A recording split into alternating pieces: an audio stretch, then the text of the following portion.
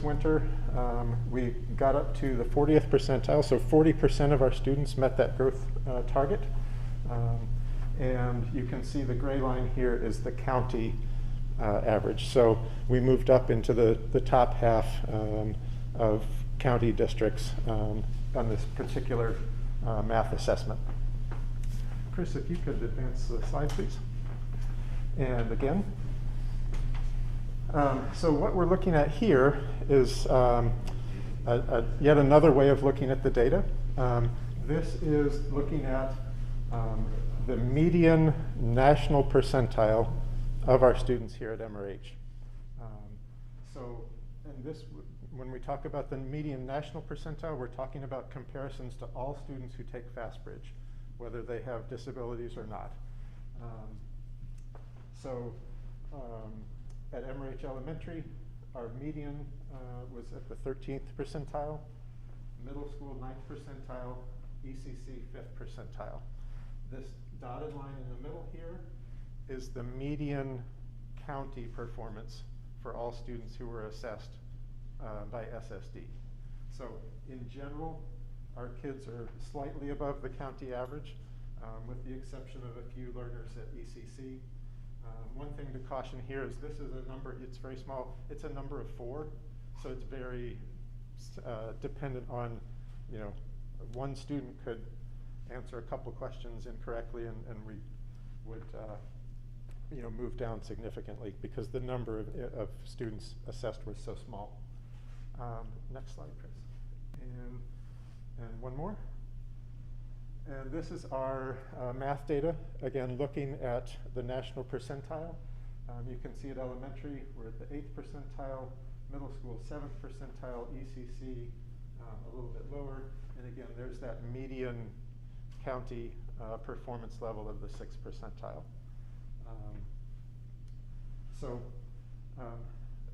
In looking at this data, I would say there's hope, there's promise. And of course, we want to keep building on that. And you'll see when Mrs. Ward presents some of the STAR data, she'll present it in a little bit different way in terms of the big blocks of below basic, basic, proficient, advanced. Sometimes when we have those large gross categories, it's harder to see the progress that our students are making. Of course, those are the ultimate goals, is to move kids up towards and into proficient and advanced. But in the meantime, we want to celebrate some of the successes. Chris, next slide, please. Next slide, please. So I mentioned at the very beginning, I would talk a little bit about what we're doing with the data. This is just a slide that talks about our data team process. SSD staff engage in data teams, which might other places be known as professional learning communities or problem-solving teams. Basically, what you're looking at here is the number of students the teams have discussed, and each school has its own team. What we try to do as indicators of high-functioning teams is make sure we're looking at multiple sources of data. So when those teams meet, we're not just looking at FAST data, we're not just looking at IEP achievement data, not just looking at STAR data. We try to gather as many data points as we can. And so we're doing that at a fairly high level.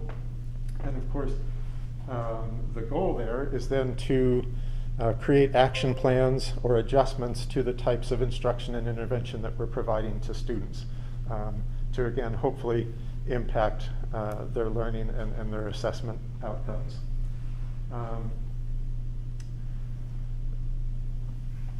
Just real briefly,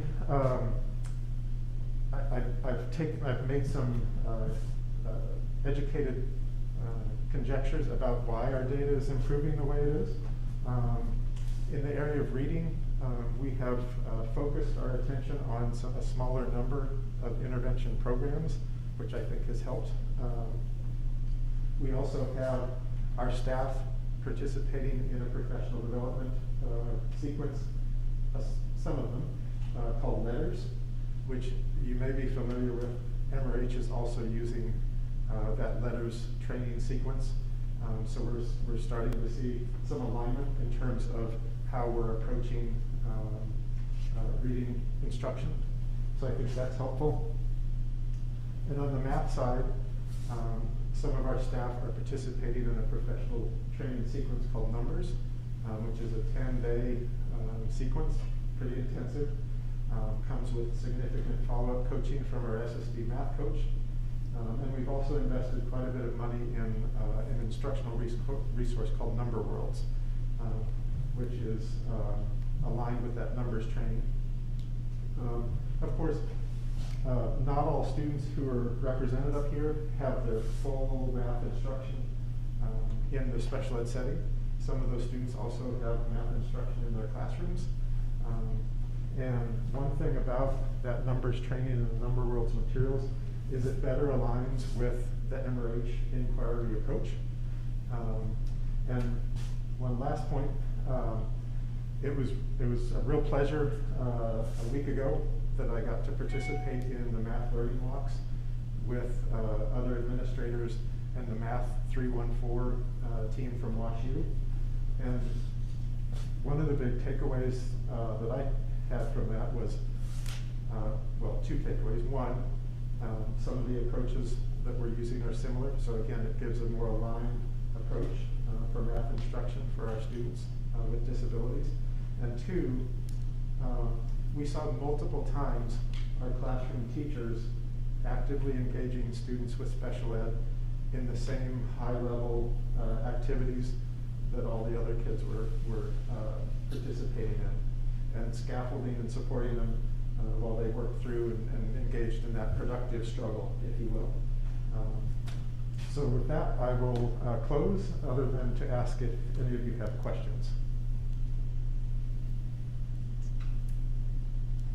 I'm still thinking through this, but clearly something is working, and I'd like it to keep working. Most definitely. Are all of these programs planning to continue? Were any of these funded through ESSER and therefore stopping? So all of our math work is planning to continue. We have funded a good deal of the development throughout the pandemic and for post-pandemic through our title funding, actually. I've had recently the title program meeting, and I had the ESSER plant meeting last night. So that group also has concluded from multiple sources of data that what we're doing seems to be affecting our target groups in the way that we had hoped. So there is no plan to discontinue. There are actually additional plans for additional services that we think that we can add, both in literacy and math. Can you elaborate a little bit on what those are going to be? Yes, so he mentioned the letters training. We have done that for a select group of teachers. We'll be expanding that to all teachers. We also have a phonics program that we spent the year looking at to help us in grades K through 3 for students that need additional phonics instruction. And so we've worked really hard to align that with our spelling and other pieces. And then one of the things that we tried at the early grades this year is a math inventory. So very similar to the way that teachers listen to students read and get diagnostic, there's a new tool that allows them to do the same listening to students talk about mathematics, which helps them target. So we'll be expanding that into grades 3 and up as well. So just a lot more intervention pieces that we've been trying in different ways throughout the pandemic, but we're finding the things that are working and hoping to train and continue to expand those pieces. Thank you. I'm just curious what accounts for the increase between 2021 and 2022 and the number of students who were discussed in the PLC meetings. So, good question. This is actually, this data is all this school year. So this was just the number of students discussed as of November 9, and then cumulatively now through February 15. Oh, So it wasn't like a year ago we only talked about 18 kids. This is cumulative. Yeah, good question. I didn't explain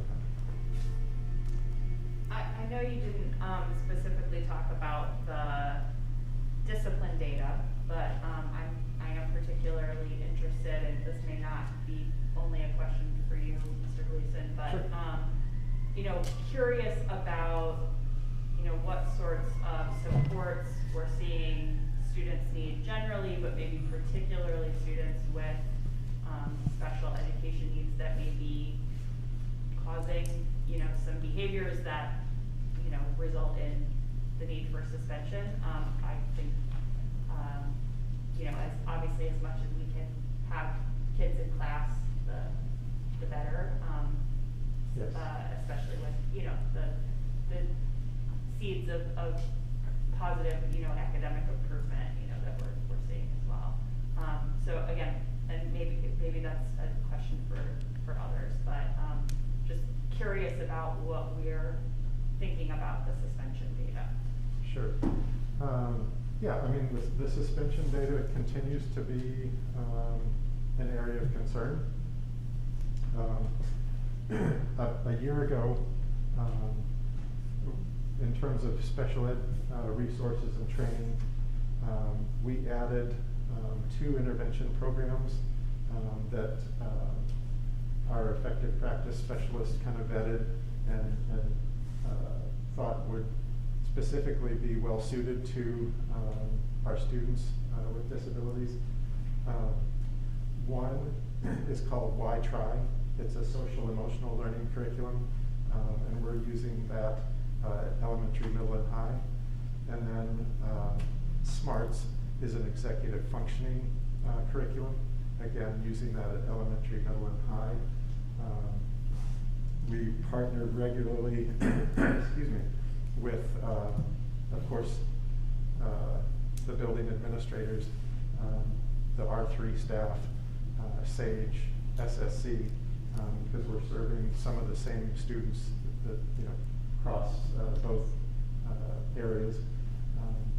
You know, our staff, a significant portion of the special ed staff are on the social emotional learning cap. So they've been engaged in learning with counselors, social emotional interventionists, and we are hopeful that additional programming and that additional alignment across interventionists will have a positive impact, because we do need to get the suspension rate down.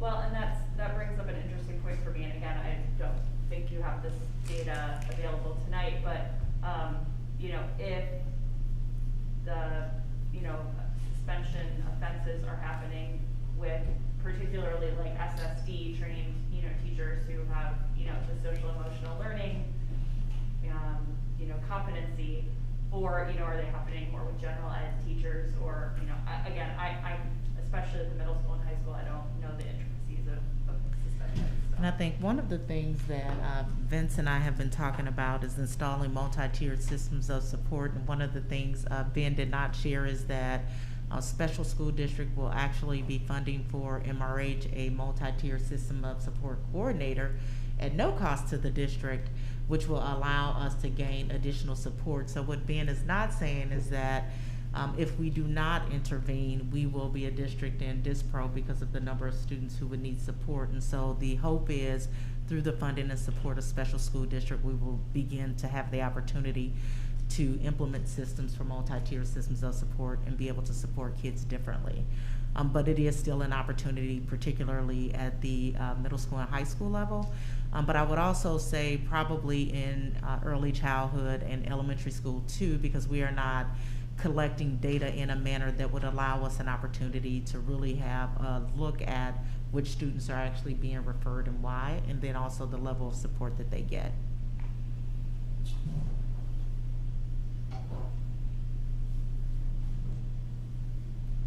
Any other questions? Thank you. Thank you very much for your time. I will yield the floor to President Herdman-Miller. We'll, ready for that. Thank you. Tennis and pole vaulting, Amber Jordan.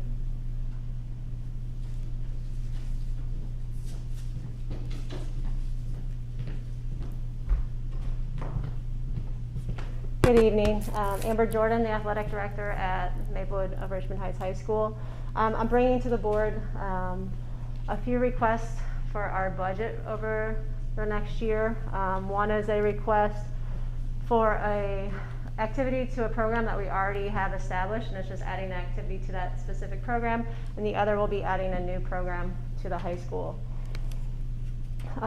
We would like to ask to requests the following programs to be budgeted, which would go on this next year's budget, so this current budget request, to allow pole vaulting next spring for our track and field team, and also to allow in the spring co-ed tennis. And I'll get into those two programs.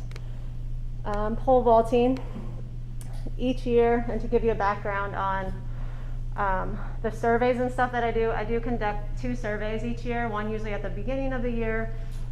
It's kind of open-ended, just what are you guys interested in? And I kind of get an array of answers, and I narrow it down to, okay, this is something that we can offer through school because it's MISHRA sanctioned, or this is something we may need to look at like club orientation for. And then after I narrow that down, I usually survey the students again in the spring so that we can really see, okay, are you really interested in this, or is there something you just at that moment thought it'd be a cool idea, or is it something that we really feel that we want here at the school? So I do value the students' input on the activities that we offer here. In pole vaulting, the need arose actually last year when we had a district situation where we had us and 5 or 6 other schools that were asked to host districts, and none of us had the facility to do so. So then we tried. One of the districts said they would look at renting out a facility, and it just kind of fell awash. So then we ended up having to drive pretty far to compete in districts, and we were put in with a lot more schools than we would have competed in originally. So it gave our kids obviously tougher competition to make it to that state level. So that's kind of where the back history of pole vaulting occurred. The need to be able to host districts, and we cannot do that currently because we don't have pole vaulting. This past summer, 2 students and one of our staff members attended a 3-day pole vault camp, and they had sent me videos and commentary about what the training looked like so that we could see that it was a valuable camp for our students. The staff member that we have who is currently in-house does have background in this, and he does have a lot of connections in the St. Louis area with different pole vaulting coaches because it is kind of a little niche activity. So he does have connections with that, so we do have a resource in-house that we can use. After the winter survey, we had between the 9th through 12th graders, we had 10 students showing interest in having this activity at our school. We had added javelin a couple years ago, and that was something we had probably about the same amount of students like, oh, that sounds cool. And now we have like 15 students out there every day practicing javelin throwing. So it was something that once the kids saw it, kind of grew. So probably the same thing with pole vaulting. Some of them may not really know what it is, and that maybe once they see it, it'd be something that could grow within that program. What we were asking for would be to utilize funds for this spring, actually, and we could utilize funds from the track and field activities accounts. We would have to rent poles. Poles can be a little expensive, but we could also utilize UCity's facility. We've talked with UCity. I have talked with our business office. There wouldn't be an extra cost for insurance for this. It would, because they're in music and we're in music, there wouldn't be an additional insurance cost. And then the staff member we had would volunteer this year to run 2 or 3 practices a week over at UCity to utilize their facility and be over there. And that would be $1,500 out of the track and field activities account. So that would be for this year. And then setting up for next year, so putting in the budget for next year, we would also need to rent poles, so that'd be $1,500. So many hurdles, and then obviously we'd like to pay the coach for his time or her time, and a coaching stipend, and then also coaching training, because this is a different type of activity than we normally offer. So we would prefer to have the coach have some extra training, sending kids on a pole in the air. Yeah. So this would be the cost added to the $44.33 would be the cost added to the budget proposed for next year.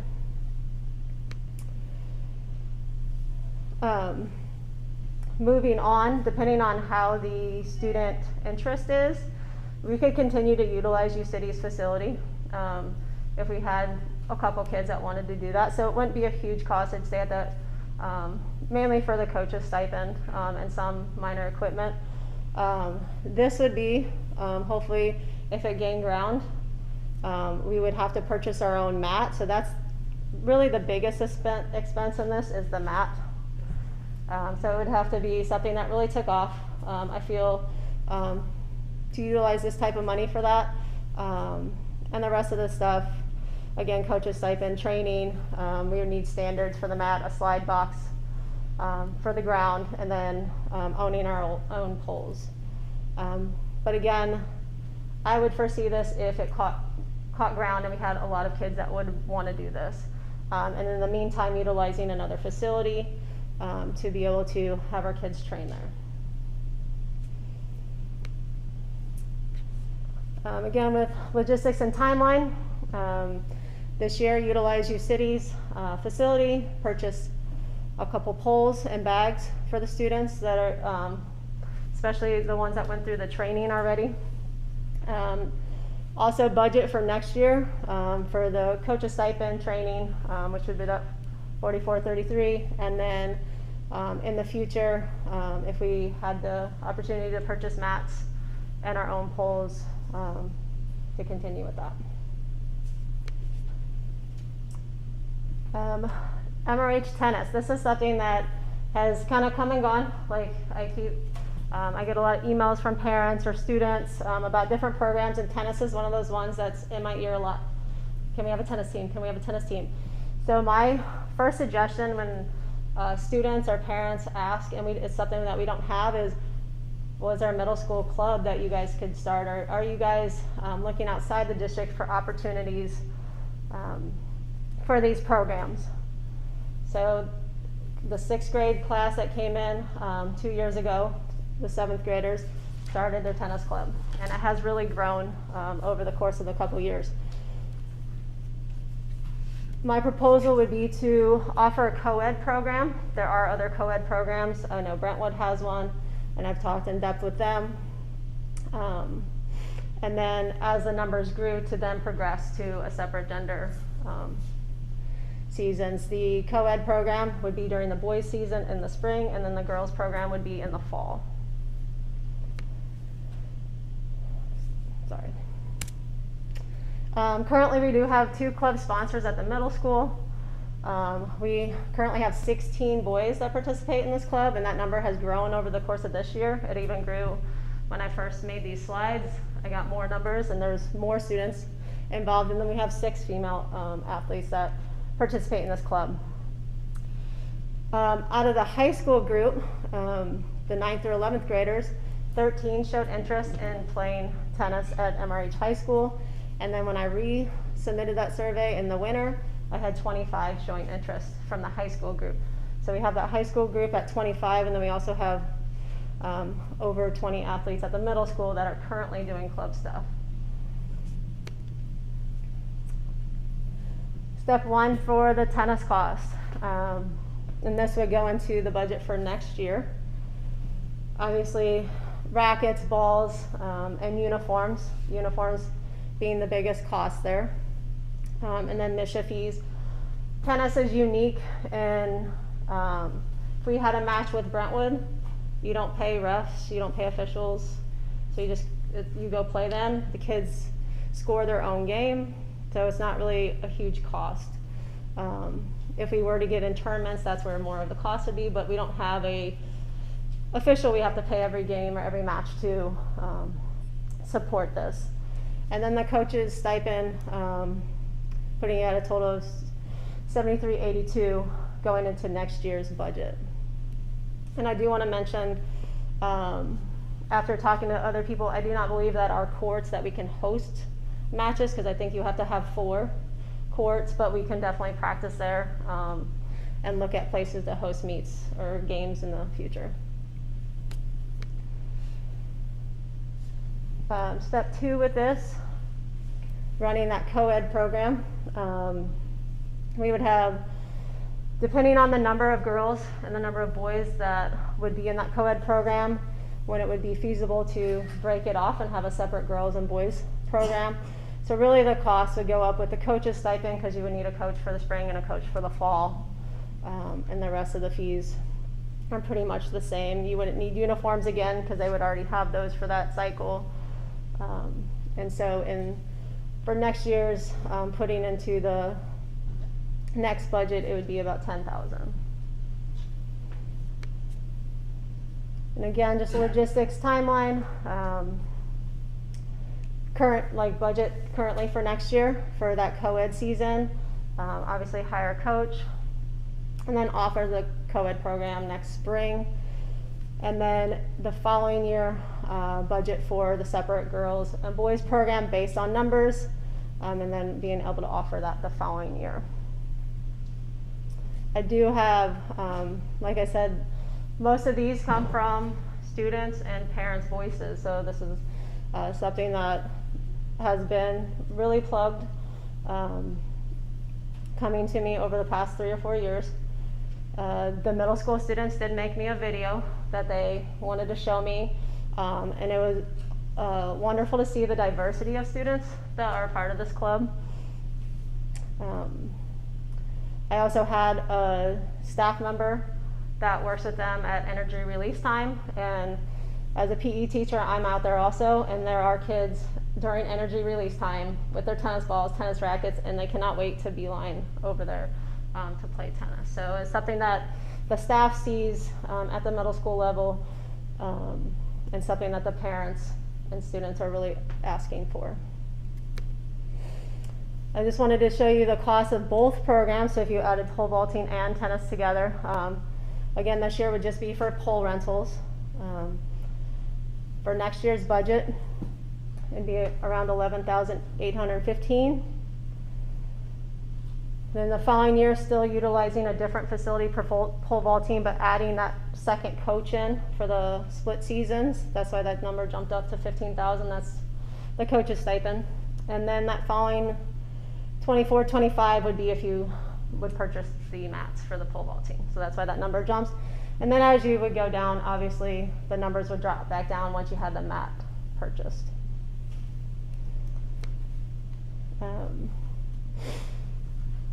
I'm a huge believer. We coach our coaches. I coach my own teams. We're not out there. I don't coach soccer to coach soccer. I don't coach volleyball to coach volleyball. I'm coaching students and children how to be a more well-rounded version of themselves. So we really express that. We want them to have confidence on and off the field and the court, better understanding of who they are. You face a lot of adversity in activities, and seeing how their actions and development can happen through sports and activities. The one thing, I want to go back to the tennis. One of the students on the video, he can't play team sports for his reasons. He's just not physically able to. But something like tennis, where it's him on one side against one other person, he can do that. So it's something that he grasped on and really took hold of. Any questions? I have a quick question. You said under step 1, we would need uniforms, but we would reuse those under step 2. Yeah. Yes. What about rackets? Rackets, most of them already have their own rackets, so the rackets would be supplemental throughout the years for students who, just for us to have just a pool to kind of pull from. Students didn't have any, or one broke, or they needed one. All the current middle school students have their own rackets that they use, that they bring every day and put in their locker. And, but that fund would be there to replace anything that was broken, or for someone that didn't have their own.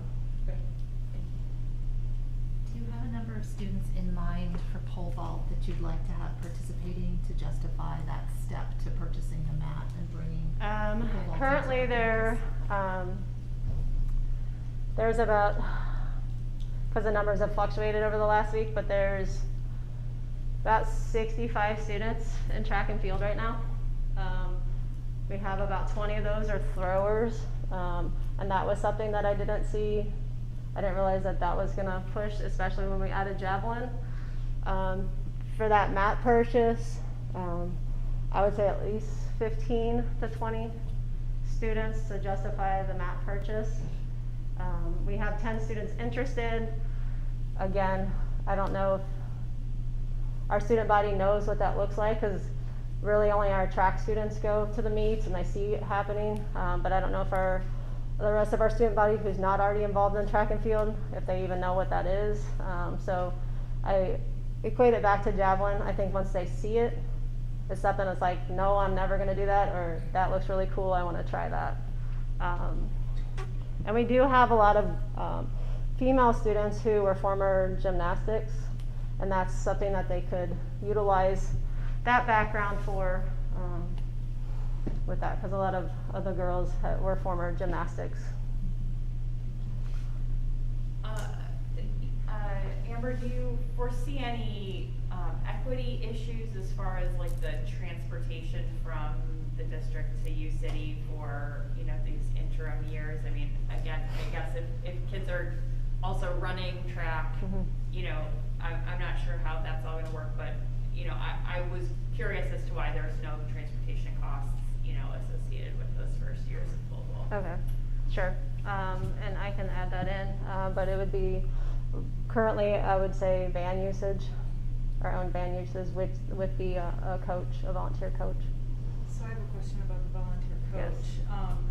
Yes. Is that coach already on staff paying a stipend for coaching another sport? So it's just purely a volunteer Yes. piece. I would advocate that we look at that as some sort of stipend, because I think that needs to be, we just need to honor that work. I agree. As well. And then the second part about tennis, I think this is probably the second or third time, Ralph, since we've been around that tennis has come forward. I'm very excited that it's come forward.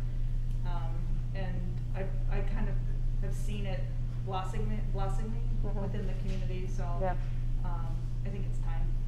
Yeah, I think it's I finally agree. time. Yeah.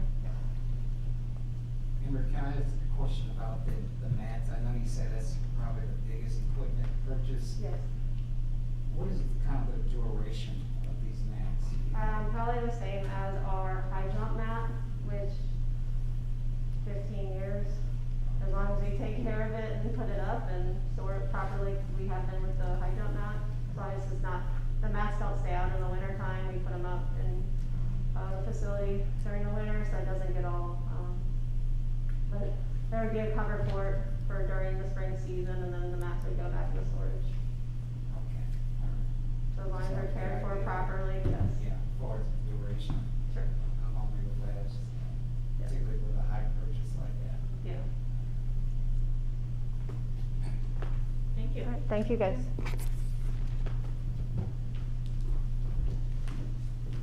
Star data assessment, Rachel Ward.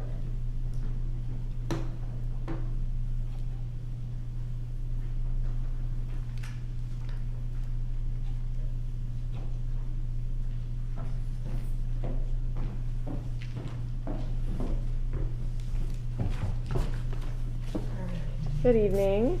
Hello. My name is Rachel Ward. I am the Coordinator of Assessment, Data, and Accountability for the district.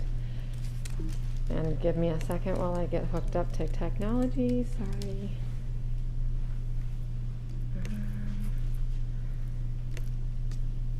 Chris, I don't know why I thought you were going to do this tonight. Okay, here we go. Research it.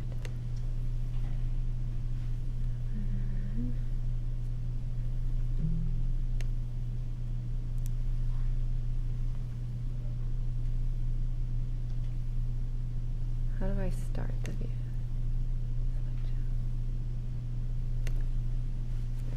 Okay.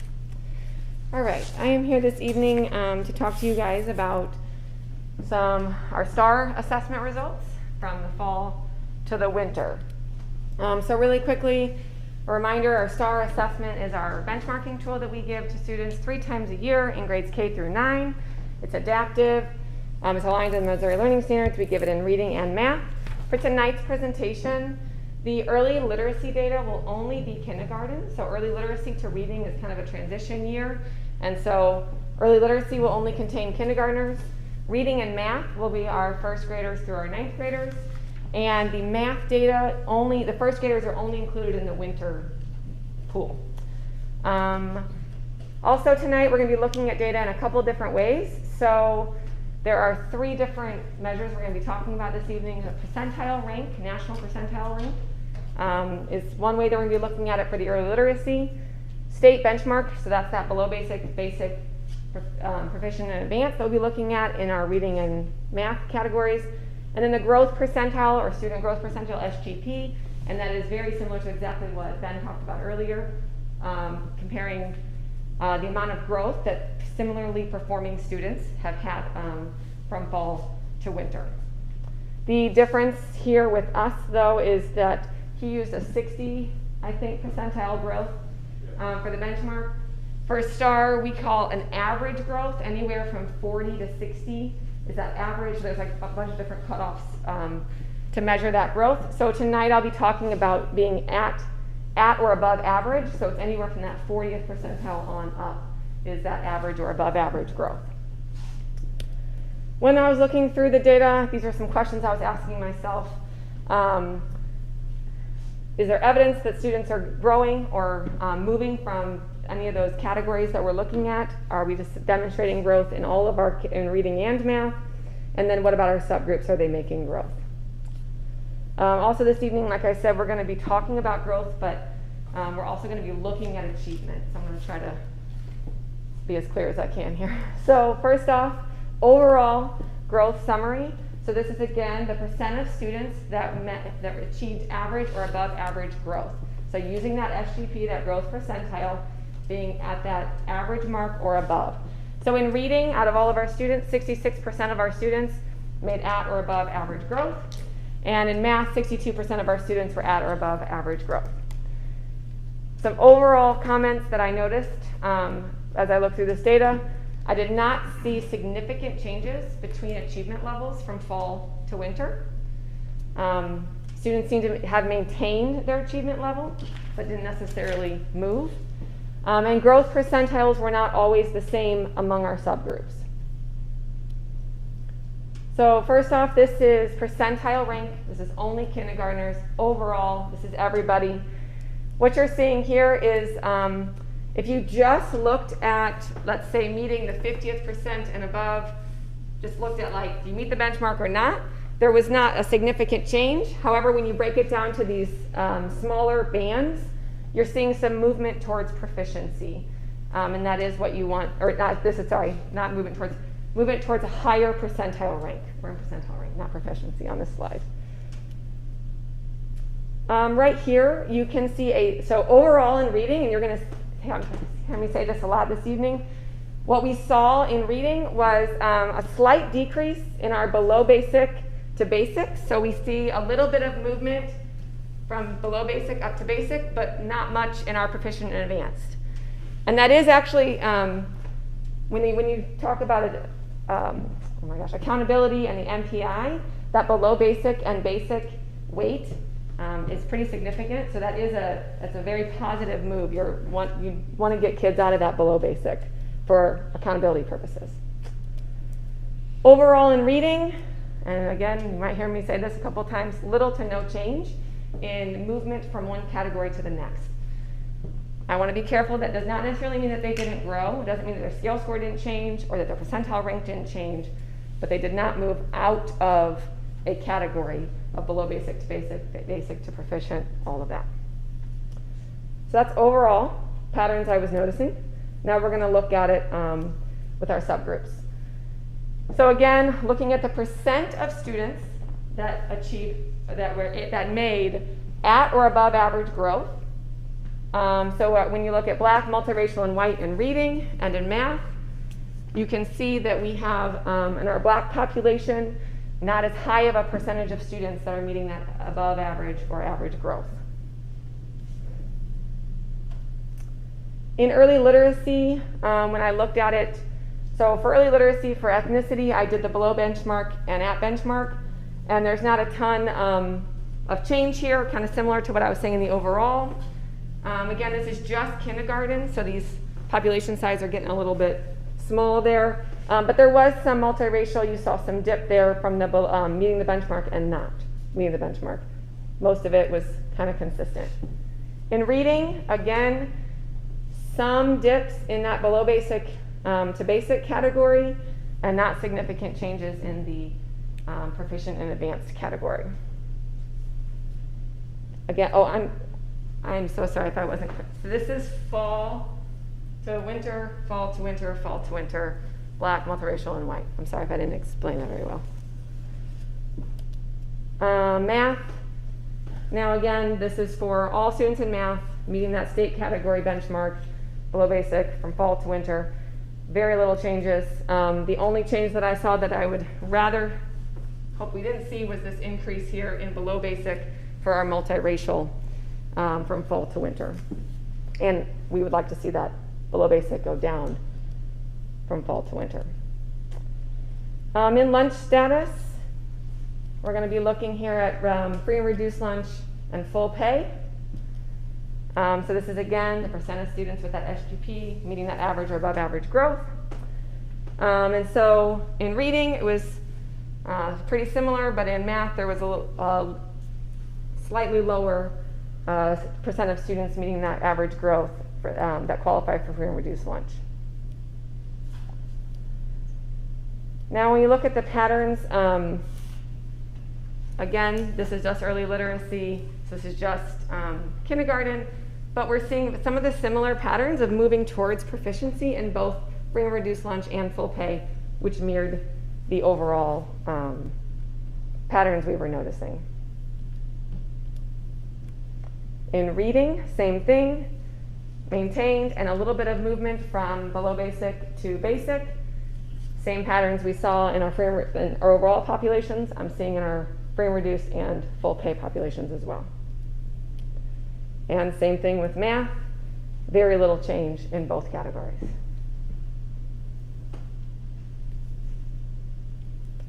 When we look at gender, percent of students at or above that average growth, pretty similar. Gender with early literacy, again, we've got fall to winter, fall to winter. You can see some of that movement towards that higher percentile rank bands. Again, very similar to the overall patterns we've been seeing this evening.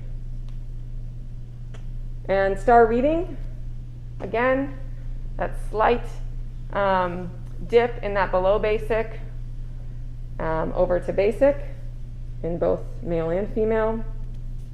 And in math, little to no change from fall to winter, male and female. And now for IEP. So this is the percent of students at or above that average growth. So the numbers that Ben presented earlier this evening, again, are students at that 60% SGP and above. So I think he had something in the 50s and in the 40s. So very, very similar to what I have, because my average or above average was a little bit lower. So it was that 40th percentile and above. So you can see exactly what he's talking about is reflected here in the STAR. And it's a different assessment measure that we're using. He was talking about FastBridge and I'm using about STAR, but very similar patterns that we noticed. In early literacy, again, we need to be careful because this is a very small population size. But in the IEP, the one thing I noticed here, and it's probably just a handful of students, but there was sort of a little bit of a split with students with an IEP from fall to winter. A couple, maybe one student moved to below or to that 0 to 9th percentile, but the difference from this 90th percentile and above for students with an IEP is a significant percentile. We can talk about raw students, it may only be a couple, but I did notice that pattern in the early literacy for students with an IEP. In reading, again, students with an IEP were following the same patterns as the overall population. There's a dip in below basic and that increase in basic. And so that is a positive and pretty significant move that's a goal to get those, see that improvement there out of that below basic. And in math, same thing we've been seeing this evening, little to no changes, maintaining their levels, maintaining that achievement level of, that they had in the fall. So, overall, I think I've said it enough times, the patterns I saw between early literacy, reading, and math. Some questions that I have, though, would be which students are not meeting that average growth mark? Are our students in intervention meeting that mark? And digging into that by grade level. But overall, our population, our subgroups, had similar growth patterns, or similar patterns in their data as our overall population did. And that is, that's good to see. We do want to see some increased growth and improvement, as Ben was saying. But overall, we're meeting that average growth and improving. What questions do you have for me? Can you go to the early literacy graphs for IEP and Absolutely. non-IEP? Yep. Thank you. Oh, yes. Okay. So am I reading this correct? That there was a pretty significant increase in below basic or IEP, and a pretty significant decrease in proficient. Am I reading that correctly? So from 36% to 7% in the proficient, and from 14% up to 20% in the below. Are you looking at reading? Early literacy IEP.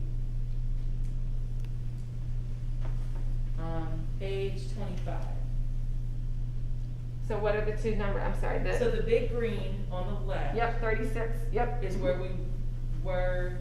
So these aren't proficient, basic, below, but these are percentile rank bands, Okay. because they don't have a correlation from early literacy to the state exam. Mm-hmm. So we use percentile rank bands. So this is what I was saying. What I noticed when I looked at this slide, and keep in mind this is 5 students, so this is 2 students, 1 student. So it's hard to make general statements. But what I noticed was it kind of split.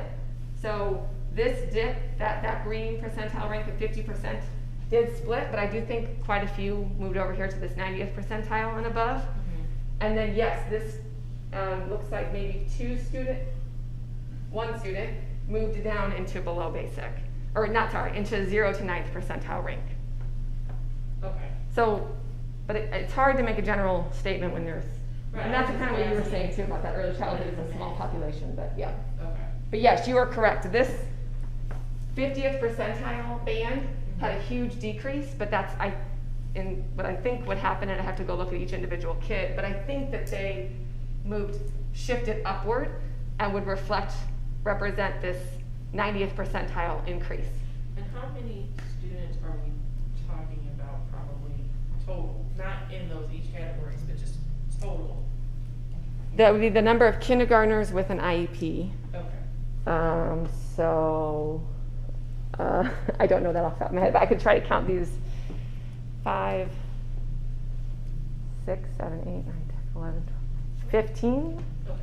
Thank you. Ish, somewhere around there. And the only reason I separated these is because it took a different assessment, and they aren't measured on the same category tools, and I just didn't want to leave out our kindergartners and our early childhood, because in the previous slide we had talked about how that younger early childhood group was really impacted by the pandemic, and so I just wanted to check in on them and see how they were doing here. Thank you. Yep.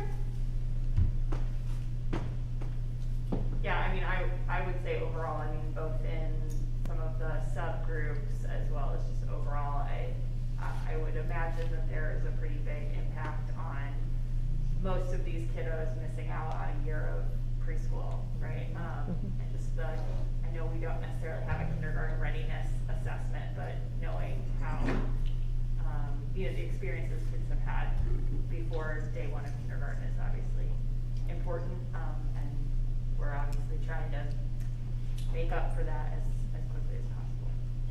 Yeah, and I did see the overall early literacy. There was definitely movement and an increased percentile across the board. Any other questions? I guess a statement as much as a question. It is discouraging to continue to see such high levels of below basic in math, particularly with our students of color. And we've seen that high level sort of consistent across the past year. what interventions or adjustments are you considering to address this? So currently, as Roxana mentioned before, professional development will continue next year for Math 314. What we're finding in the elementary school as it relates to students who are not mastering concepts and skills is that the need for small group instruction or guided math, it is occurring at the ECC and not necessarily at the elementary school where professional development is needed. I will also say at the elementary school, there was a practice for what's called replacement math, which is why you're seeing some of the deficits as it relates to students moving forward in the area of mathematics, because they were receiving math instruction below their grade level as a means to try to close some of those gaps. And so I think after the end of first semester, the transition to move away from replacement math and to accelerate has been put in place, and we have seen some movement in the data, but there still are gaps that need to be filled. The other piece that I'm noticing from my classroom walkthroughs and observation is the need for direct explicit instruction. So while inquiry works for those kids who have strong foundational math skills and understand number sense, but for those students who don't, they do need direct instruction so that they can understand those skills and concepts before actually applying them. We will continue to provide professional development. As I've been having my collaborations with the principals, we've been talking about what their needs are as they support teachers, and a lot of that is around coaching and feedback, which will be planned for them either over the summer and during the regular school year. The last piece is the need to continue to develop what we call collaborations amongst principals and their staff and looking at data. I will say that this year, Rachel has spent a lot of time meeting with grade level teams to get them to look at data differently, and then also to look at how they respond instructionally. And I believe that that has created some traction, particularly as we talk about examining student work samples and trying to support them differently. So we will continue. We know that we are moving in the right direction, but definitely shifts at the elementary school around what's happening instructionally in the classrooms will make a huge difference. Yeah, and a couple of things. I did look up the students that were in the replacement math courses. Right now, it was only 6 students, but 5 of those 6 had well above average growth. But what I think, you might have been touching at a little bit here, is that may not be reflected in here, because if it is, this is an adaptive assessment, and so if you are still maybe below grade level or not, you're still may be in that below basic bar, even though you might be making growth. And so I think what you were getting at is we need to also aim at trying to get that grade level content and see if we can get students out of that below basic bar. And also just keep in mind all of this norming, the growth data norming, the percentile, all of that was pre-COVID norming. So just keep that in mind. Not that that means anything. Still comparing the same thing doesn't change the meaning of any of it, but it is something we're going to keep watching, is what this looks like. Thank you. It's really helpful to see this all illustrated so thoroughly. Thank you, Rachel. Okay. Thank you, Rachel. Thank you.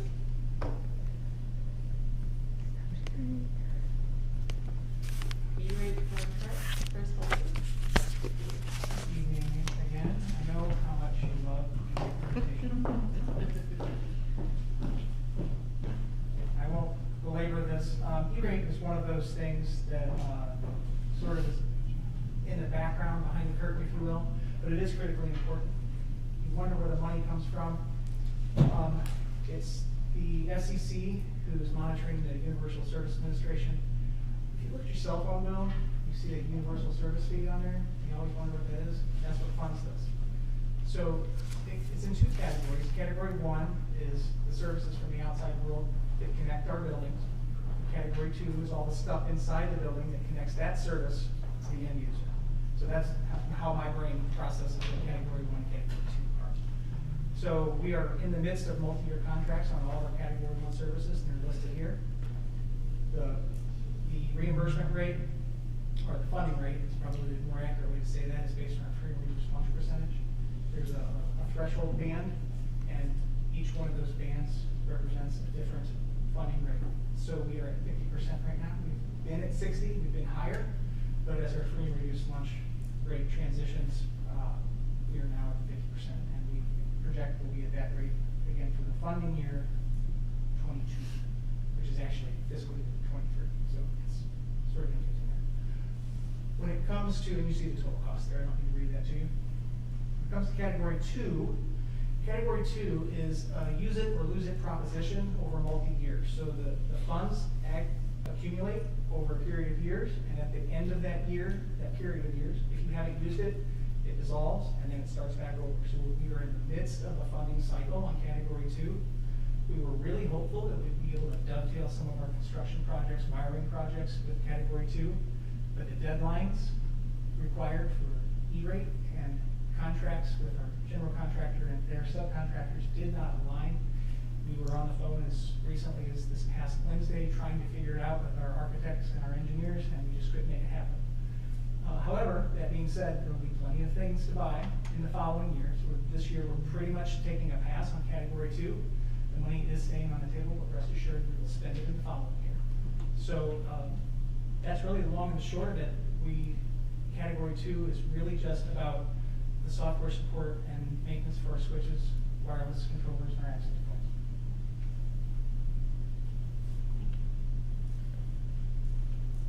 Any questions?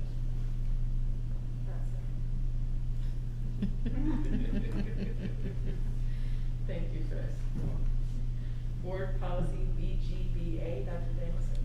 Thank you. So this policy actually was identified through some research with the previous policy that was brought forth to the board, BCE, around communications forum.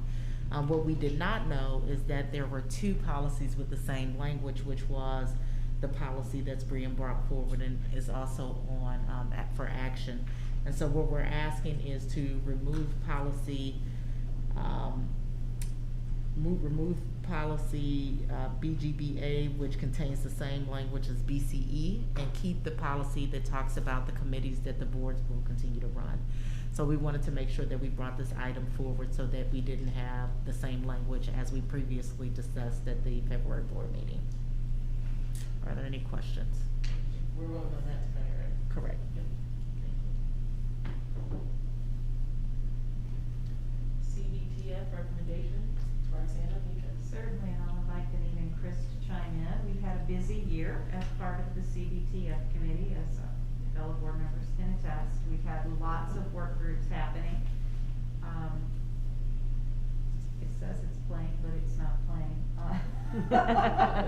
I don't know what's happened, but I will try one more time. It says it's connected, but, well, yeah, they're back. It just was taking its own sweet time. Main goals for this year, coming out of last year, there was a request to relook at our extra duty salary schedules. That last task force that had really taken a long look at that was in 2013. That was long overdue. We knew that, but we had postponed it for a couple years for the salary schedule overlift and then COVID. So this was the year to get that done. We did have a task force of teachers that represented all of our extra duty categories that worked for several months to review the extra duty components across the county, to look at county median and you know, I can go through all of that with you. If you read the extra duty study, you'll see all of the alignment, but we try really hard not only to look externally, but to make sure we have equitability internally between like groups. And so we feel very pleased with the outcome of that study. The attached guide will show all of the work of the committee and the recommendations, but it's been approved by CBTF and recommended to you tonight. Another piece that we had on the table was really trying to make sure that we were able to get stipends for our CAT leaders. They do a tremendous amount of work setting up curriculum writing, doing a lot of research in the content area, leading professional development, taking on a lot of meetings. They attend TLC. And so that task force was able to define the role of the CAT leaders and to define a compensation structure as well as recommendations for hiring rotations. Also, as part of that work, we took a long look at our curriculum process, and we have unique challenges in a small district in which it is not possible for a content area to write everything in a single year. but a lack of a cycle often causes gaps. And so we have created a hybrid cycle that Benita and I are continuing to study, and we'll bring that forward to the board as a separate item at a later board meeting. In addition to that, we took a look at our salary schedule. The salary schedule that we have created is working as intended. It does have a 2.75 increase between steps on the master's columns, and then on the bachelor, on all columns except the master's column. On the bachelor's column, it has a dollar tier. We are recommending as a group that we add an additional 0.25%, which means that would equate to 3% raise for all staff members next year. We also looked at a lot of things that are not part of the formal recommendation, but just to let you know, every year CBTF does extensive work looking at our leaves. Substitute coverage was a big deal this year, and folks were very thankful for the permanent subs and the other assistance that we gave in the form of TAs and substitutes to provide continuity of services in the building. We reviewed our snow day inclement weather plans. We created we completed a regional salary review. Again, looked at maternity leave policies, which seems to be an annual discussion. And you can see the rest of that there. But overall, the recommendations are to approve the teacher salary schedule, which includes a 0.25 increase to the base and the regular steps, to approve the extra duty task force study that is included in your agenda, as well as to approve the creation of stipends for our caregivers. Are there any questions?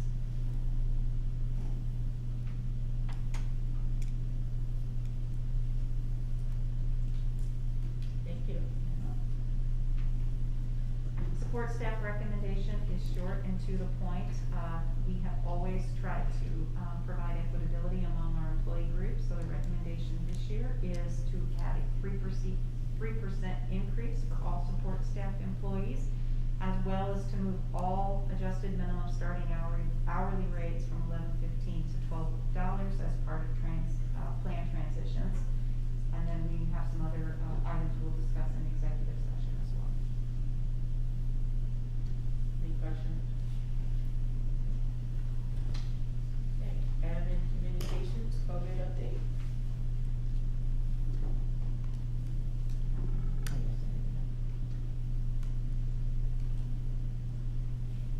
Oops.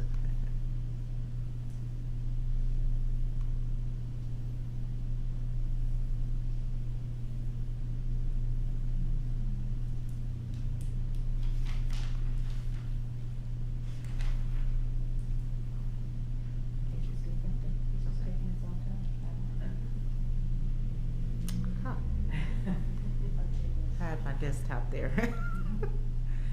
All right, so definitely continuing to watch the data. I had a conversation with Naboo from the St. Louis County Department of Health just to check in and have some additional conversation around the ECC, particularly our students who are between the ages of 2 and 4 who cannot currently be vaccinated. And so it was an interesting conversation because when the initial guidance was released, there was a delineation between daycares, standalone, and then also students who are serviced within a school setting and what some of the different mitigation measures were.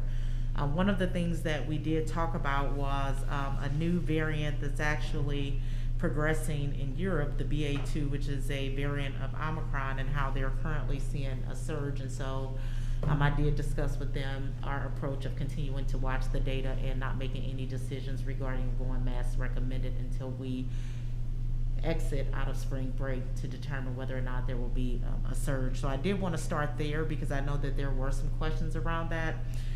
In addition to recognizing that our current vaccination rate continues to be an opportunity for growth at the Early Childhood Center, but as we go through, you'll see some of the numbers have increased, and we'll talk about the strategy behind that.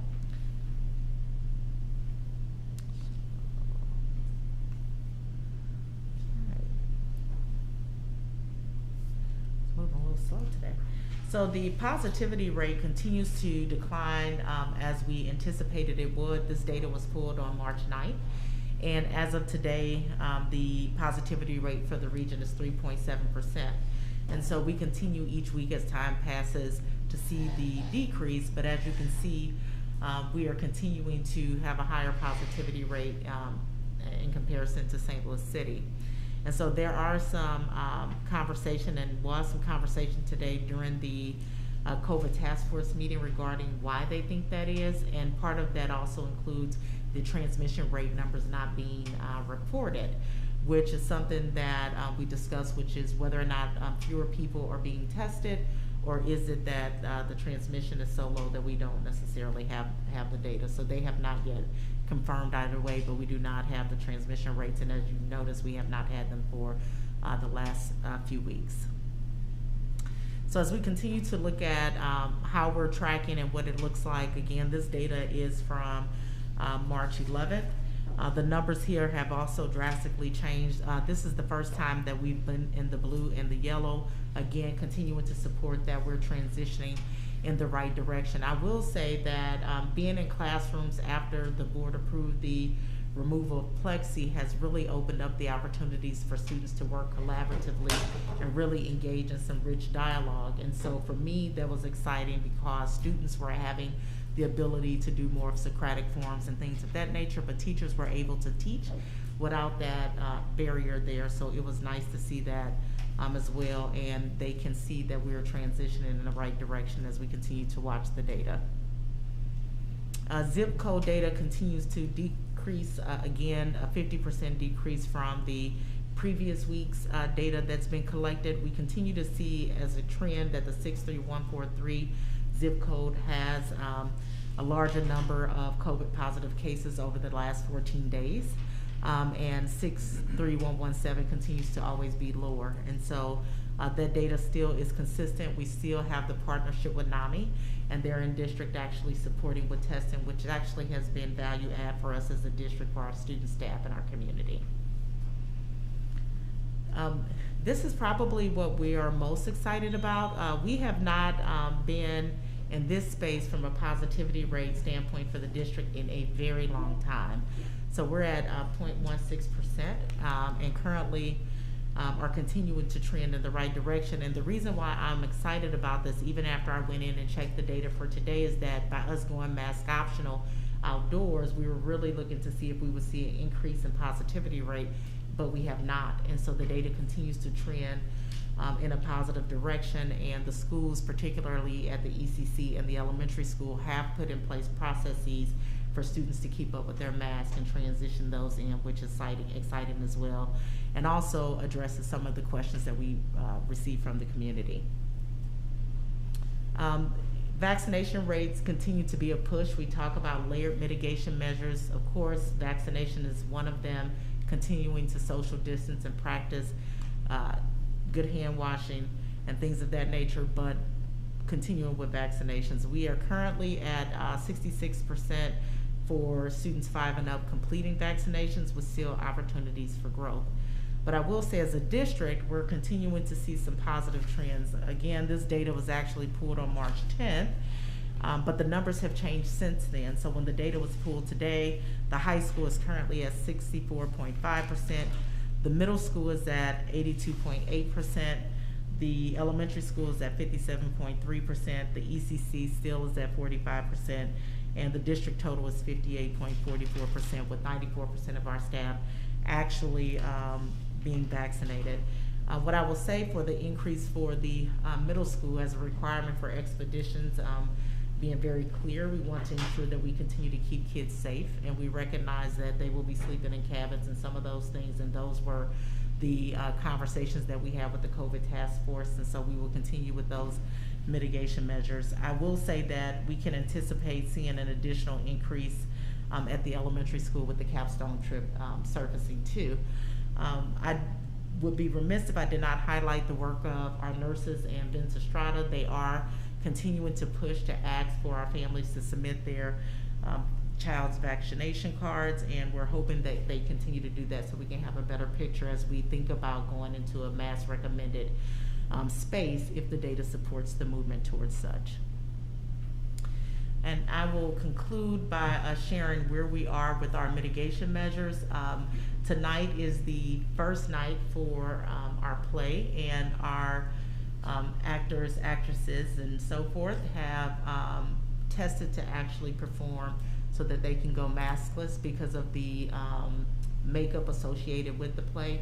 And I think they're excited to do so, and they were open, and we really didn't receive any communication from families regarding that. So our community has been rather supportive in regards to our mitigation measures, and St. Louis County Department of Health continues to state that we are moving in the right direction as we continue to keep our student, staff, and community safe. So this concludes the update on our COVID report and mitigation measures. I welcome any questions you may have. I have a question. With regard to the health department's recommendation of mask optional, is that with or without vaccination? Is that regardless of vaccination status? It is regardless of vaccination status. And I actually had a follow-up question, and the benefit of having good relationships with the people in the department is that you can pick up the phone and call and ask, and that was one of the questions. And what they said was both vaccinated and unvaccinated students can contract and transmit COVID. But the conversation that was had today regarding the new Omicron variant was that it is impacting unvaccinated students the most. And so continuing to urge our community to have their children to be vaccinated. But they continue to say with the BA2 variant, the impact is minimal as it relates to how students react if they do contract COVID. So great question. I really didn't have any conversation regarding that, but I did ask specifically today during my conversation whether or not it is advisable to continue with masking for 2 to 4 year olds. And so conversation had about that, and being reminded that as you remove mitigation measures, particularly if you have an asymptomatic child coming into the space, you could very well see quick spread. And so at this time, we have not made any decisions, and we'll continue to monitor the data and have those conversations before we bring something to the board to ensure that A, the board is informed, and that we're making the best decisions for our students, community, and our staff. And just to clarify on that, the conversations you had around standalone daycare centers versus early childhood centers that are part of a school that has mitigation measures. Correct. You know, demonstrates that early childhood in a school setting has a lower chance of transmission because of the existing mitigation measures. But what you're looking at now is whether or not we need to retain the 2 to 4 year old masking requirement, even if we make it recommended for the other ages. Correct. And part of that is because they are unable to be vaccinated at this time. And so, I actually had the Education Plus to do a survey of those districts that have transitioned to mask optional to see the percentage of the students in their ECC classrooms that are still wearing masks. And believe it or not, 80 to 90% of the students are still coming in with masks in the ECCs that exist. And I did that both for larger districts and districts that are in similar sizes, such as MRH. I will note it's encouraging to know that so many of our middle schoolers are vaccinated, but also interesting to note that there had to be a specific incentive and tied to us receiving that information. What considerations might we make for other student populations to try to encourage parents to share that information? That's a great question. Immediately what I thought about is if you want to go mask recommended, you of course have to share your vaccination status. So that is one way that we can look at improving or getting, I believe that we have more students who are vaccinated that are being reflected here. I definitely will say that, but it does take the carrot and for families to see that there is something attached to it. We have not yet figured out what that next thing could be, but part of the conversation could include going mask recommended for those individuals who are vaccinated, and then determine whether or not that will show an increase in the number of vaccination cards that we receive. Any other questions? Thank you, Dr. Jameson. Okay, construction update, Randy Charles.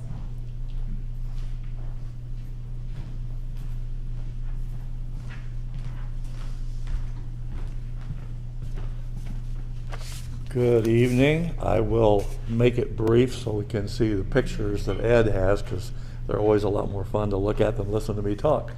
Real quickly, as Chris mentioned earlier, we are ready to close out the contract on the elementary school project. That work is done. Matter of fact, in the list of checks that you're approving tonight, the final check is in there. So we should be closing that one and also closing out the project at the Early Childhood Center. So this will probably be the last report where we actually reference that. So that's good news. On the high school, middle school project, some of the numbers we have paid out roughly $6.3 million on this project so far. That's about 34% of what we've budgeted, and we've used about 31% of our contingency funds. Feel real comfortable with that, not only because we've used a smaller portion of our contingency funds, but it's early in the project when you tend to use those contingency funds, the unforeseens and so on, especially underground.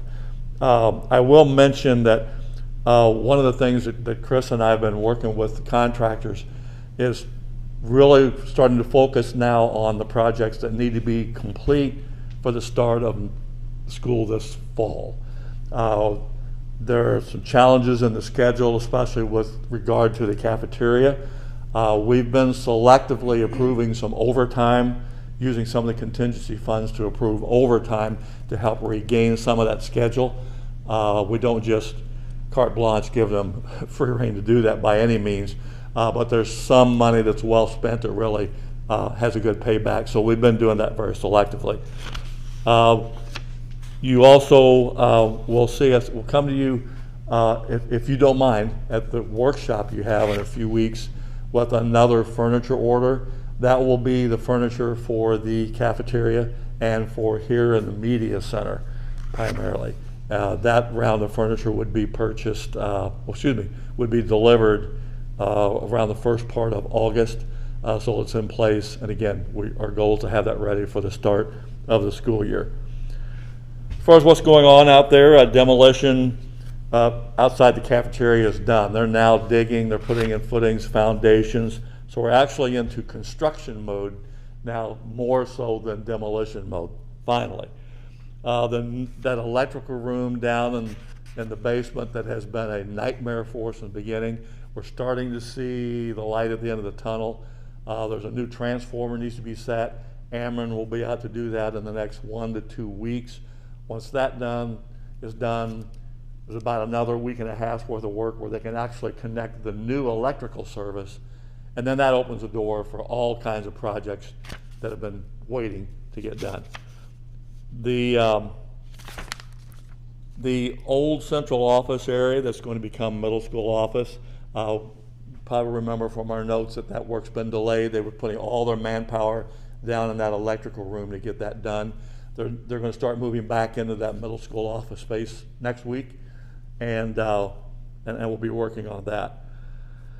That's pretty much a quick update. We did have a scheduling meeting today to talk about not only the current activities, but some of the things that will start as soon as school is out. And we've been trying to communicate that with everyone, the principals, athletic directors, and so on. Chris, if there's anything that we need to add or for any questions, I'll be happy to try to answer them. Okay, thank you.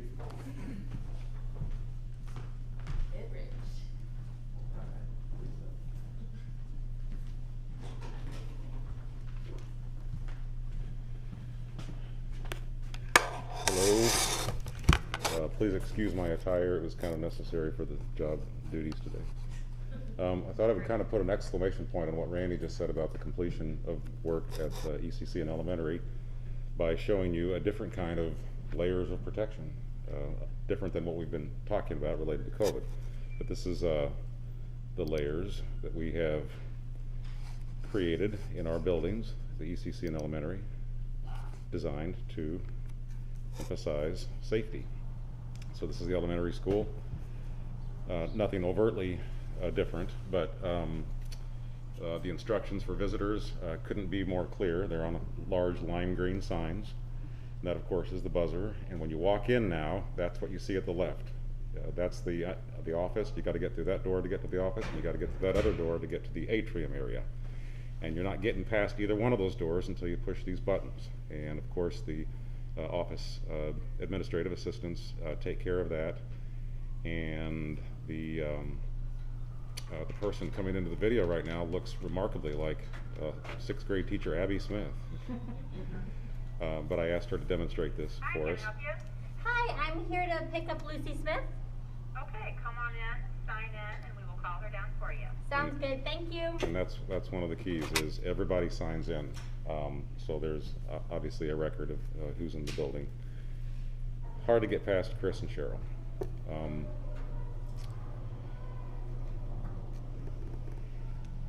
Yeah, that shot could have been shorter. I can't even get through. Even me. All right, pretty similar at the Early Childhood Center. The consistent signage is important, at least to me, that it looked just the same around the schools. This is an actual parent. That is simply the QR code for the safety checks, which hopefully we won't need those too much longer. Hey, I'm here to pick up Margaret Hilton. Okay, and so when you get through this door, once again, right there to the left, that goes to the stairs that go up to the gymnasium and the cafeteria area. And while these doors were open when I shot it, those doors are normally closed, and that is what protects people from, or prevents unwanted people from getting past that area. So that's all I really have. Thank you.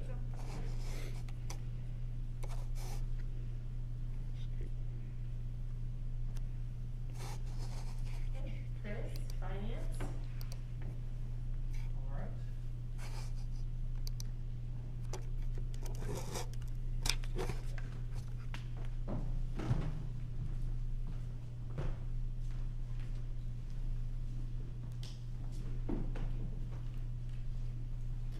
All right, these are your February financial statements. Everything's all messed up on sizes, so we'll just deal with it. The items of interest take us through the broad strokes, the revenue and expenditure budgets. Everything is tracking pretty much as we would expect. Local revenues, county, state, federal. Federal's lagging slightly, primarily due to, I have to undo this because sorry. The ESSER 3 funds were finally released, so now, since that's happened, we can start submitting for those reimbursements, so I'm quite excited by that, just because, you know, budgeting makes me, while I enjoy it, it makes me really, really nervous, especially when we get to this time of the year. So another thing that's worth mentioning, I did take a look at the protest report. We are actually lower on the protest report than we have, close to $1 million than we had in prior years, which is actually encouraging. You might remember last month I mentioned that our collections were up a little bit, and I was trying to figure out why. And I think it's because our protests are slightly lower. So we do still have some money out there on the table. Those are the funds that are impounded by the collector, that the friendly lawsuit then orders the collector to release to us as we get later into the spring, early summer. So that's when we always hold our breath, waiting for the last couple $1 million to come in. But we are waiting less than we have in the past. I feel pretty good about where our revenue budgets are on our local collections, as well as the others, especially not the group ESSER funds. Say that again. We move on through. I'll skip the expenses by function and move on to our expenses here on the operating fund. Salaries are tracking us right on the mark. Position control has been a fantastic addition to our ERP system, so it's really helping keep us on track. And we're now active with budgeting and relying on that system again to give us a good look at the numbers, which we'll talk about in a few minutes. All the benefits are tracking slightly lower. That's not uncommon. As we move into the purchase services, we are slightly lower than we have been in prior years. We expect, I think a lot of that's just due to still a reduced professional development travel opportunities as a result of the pandemic, but I think those are, as things are starting to open up more and people are feeling more comfortable moving around, those will probably pick up just about done there. We are replacing some of our aging HVAC equipment that were not part of the bond project, but we've budgeted for that, and we just had one break the other day. So we've budgeted for that in anticipation, so we're in a good place there. As you know, debt service tracks right along with our collections, and we are right on track on debt as well. Bond issue funds,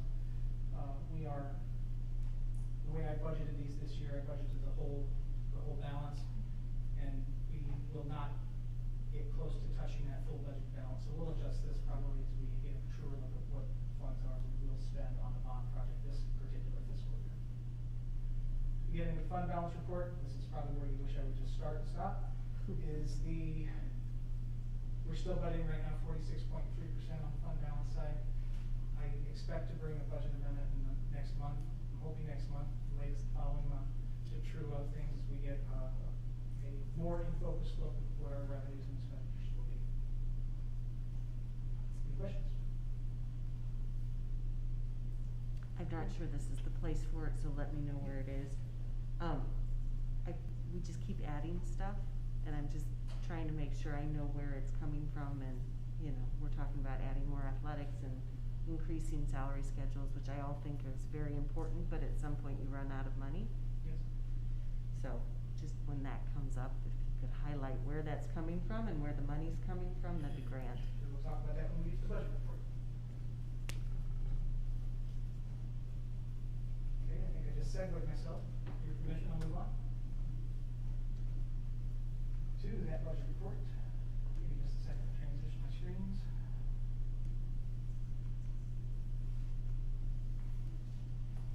So, I do joke about really liking budgets. I actually really do like putting together a budget. It's a very interesting exercise. Roxanna thinks that's kind of gross, but nevertheless, it is one of the exercises that I really truly enjoy. Mostly because I don't really know why. I guess I'm just strange that way. But here is your first look at expenses. I won't spend a lot of time on the revenues just because nothing has really changed since last month when I presented these to you. We don't have any new information. We will probably, hopefully next month and the month after, have a little bit more information on the revenue side. So Maria likes to see the TIFs. So we have new finance directors at both of our cities. So I traditionally call them and talk through the TIFs that are on the books, and this is what I have. I also look these up at the state auditor's office. So handwriting comments, which I'm pretty sure is a typo. I think this is supposed to really be Cambridge Commons, which is where Bruce School used to be down there. You can see the sunset on that. Deer Creek, which includes the shopping plaza over there on the, this is the east side of the police station.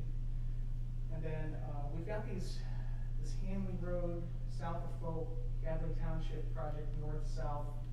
These have been interesting over the years that they split them apart into different pieces. So we've got one that will actually be expiring in 2029, if not sooner. And they really think that the south area will probably expire quite a bit sooner than 2036, but we're quite ready to commit to telling me what they thought that might actually be. You're welcome. Okay, so again, here are your revenues. I won't read you the numbers.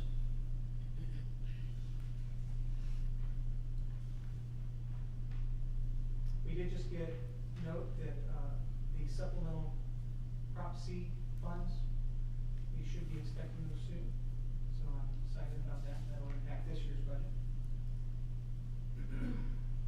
And federal funding, you'll see a pretty significant delta here on this particular schedule, and that's just because there's about $1.1 million ESSER III funds budgeted in this fiscal year that will not be recurring. We may roll some of that over into the following year, so you'll see a vacuum here, but that's why.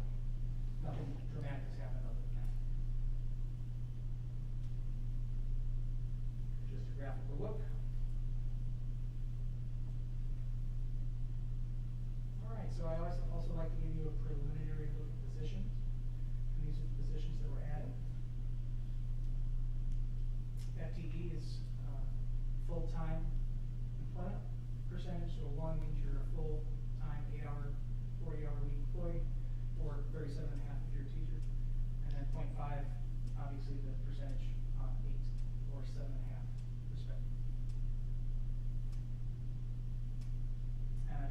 some of the positions that aren't additions, that are just title changes. And those are represented with the FTE 0. That doesn't mean that they're unfilled. I thought about that after I presented it this way. That doesn't mean they're going away. It's just we already have them on the list. Okay, so here we go for the expenditure. Salaries, 3.6 increase right now. We are still making some adjustments. We were making adjustments up until, I guess, probably 4 o'clock today, as we're punching numbers into position control and doing recalculations and getting the data dumped into our budgets here. And primarily related to those increases that Roxanna shared with you earlier in the meeting. Also those spot increases, which we'll discuss a little bit further later in the evening. Benefits is one of those areas that unfortunately does continue to increase. We're probably looking at that 7.5% tier again. Our claims experience was quite a bit better this past year than it has been in prior years, so I was really encouraged to see that. Yeah, it's a 3-year rolling average, so it takes a little while to wash out a bad year or two, but I hope that we continue the trend on lowering those benefits to claims ratios. And then CBTF in prior years may take on the task of looking at how we could potentially realize some savings on the benefit side. So that's the percent increase on benefits that we're seeing right now. The purchase services here, we are still collecting budgets. We've been through every single budget meeting except for the big 3 and the high school. And the high school, just because we had a scheduling conflict, and we had to reschedule that. We'll hit those when we come back from spring break. When I say the big 3, that's going to be Roxanna, the technology side, and buildings and grounds. So we'll be the Chris and Roxanna show for those. But that is where a big chunk of our budget lies. But I have plugged those numbers in as placeholders and where I think that they're likely to land, so that we have a more true look at the expense budgets for right now.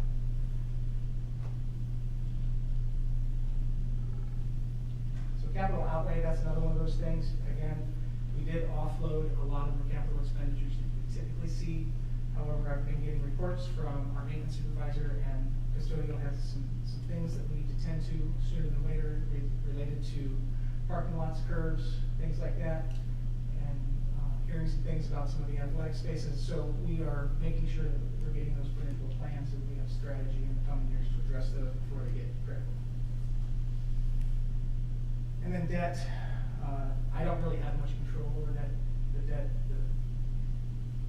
debt schedules tell me what those are going to be. So if I had anything to be sure about in a budget, it was going to be our debt payments. Okay, so you can see here the dramatic shifts in our bottom line. This is all of our, I don't usually show it to you this way just because it's so skewed, but this is everything combined, including our bond issue funds and expenditures. So you can see between fiscals 20 and 21, and then 22, and then now 23. So you see a $25.2 million decrease on the expenses, but that's really just the construction projects as we're moving into the final year of that. So you can see the capital has been sort of dominating the show here over the last couple of years, and will continue through fiscal 23. This is the first time I've been able to share with you anything that looks like a projection or the most educated look that I can give you right now. So right now, we are looking at about a 42% fund balance compared to a 46% fund balance right now. So when you ask where the money is coming from, we are spending that fund balance down intentionally. Is this with potential increases? This Yes. screen? Okay. Everything that I have to date, with the exception of extra duties, are baked into here. So that's one piece that we still have to add. Roxanna and I need to have some conversations about that to make sure we're putting everything in the right places. That's another puzzle in and of itself. But this is where we land right now. I do expect capital to shift slightly. I also expect purchase services, supplies to shift slightly. Salaries will shift, but we're almost there. So this is as confident as I can be right now, but next month things will be a lot more in focus. The next steps are pretty much now comes the grind. We got to get that big old budget book done and formatted and all the narratives created, and we'll work on that throughout the spring. We'll devote probably a couple or more hours to that every single day. So that's done. It's the biggest project we endeavor on throughout the course of the year. Now, any questions?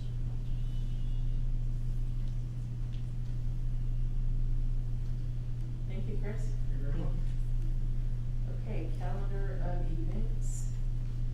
It's pretty short this time. We, of course, have Election Day coming up on April 5th. And our wonderful Ralph has withdrawn his name. So that leaves myself and Linda Robinson. In addition, we have spring break. Everybody's excited? Everybody's ready? So our teachers really need it and deserve it, and our staff, so congratulations to them. I hope everybody gets a good trip in or some relaxation. And of course, the spring play is tonight, tomorrow, and the 19th. Anything else that I've missed that anybody wants to add? Okay, I think I just covered the elections as well, so we can move to board committee report, CBTF. I think we've pretty much covered CBTF. Roxanna's report, that covered it all. We're good to go. Any report from the wellness committee? No, I don't think, unless Vince has something we want to add. I see the next meeting is on April 4th. What about the fundraising committee? All board members should have received yesterday a copy of our solicitation letter and our list. So if you have additions or suggestions to make to those materials, if you could do that before next Wednesday, that would be fantastic. There is a schedule within that document about when we would mail and then when the district would do some email solicitations to our expansive alumni list. So again, thank you to Ed for all of his help on this project. We've got until April 29th to raise $3,000. Let's do it. Let's do it. Mhm. Let's do it. Thank you. Joe's Place. Ralph, do you have a report? I really don't have any report on that. I wasn't able to, last meeting. Yeah, I don't have a report either. And then SSD Governing Council, is there a report? They elected new board members, and discussed their parent advocacy groups, which brings me to, do we have one here? Do we have an SSD parent advocacy group within MRH district? We do. Go team. Okay, because that's what they were focusing on, how you get that going and keep it going. One of the things that Ben Gleason is working on is actually identifying topics for parent and family engagement so that those can continue. So I believe in the board note, there is one coming up in April. And our zone has changed as well, right? That, Yes. the actual SSD board members that are elected by the governing council, we're now in a slightly different group because of renorming with the census data. So it was Yeah. primarily to flatten the numbers, and so we had to be within a certain range, and so some of the larger districts grouped together actually was larger than what should have been reflected. So the question that I asked during the meeting, because I was there, is what do we lose? And we lose nothing. So it really is just making sure that we are within those numbers that are specified. And I will say, as part of that is really watching SSD be more responsive as it relates to supporting school districts. This is probably the most support and openness that I've received in regards to my mini ask. And you can see with some of the positions that were approved earlier with the aides and paras and support over at the ECC, in addition to the position that will be forthcoming. Yeah, and I think unlike many other sort of elected representatives, it is much more important, I think, for us to have a good relationship between superintendents as opposed to, a board member that represents us, but may live in the Hazelwood School District. But, you know, again, I think just their structure doesn't really make it that, advantageous for us to have a relationship with the board member. I mean, obviously, we want to know who they are and, you know, be on board with them, but it is more of the collegial relationship.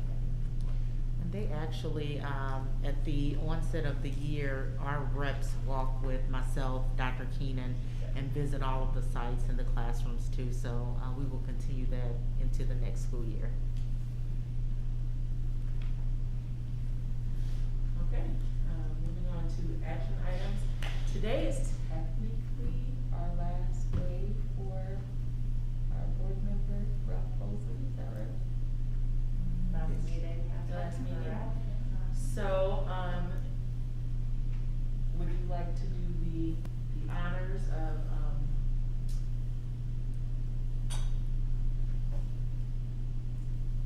Making all making the motions. motions?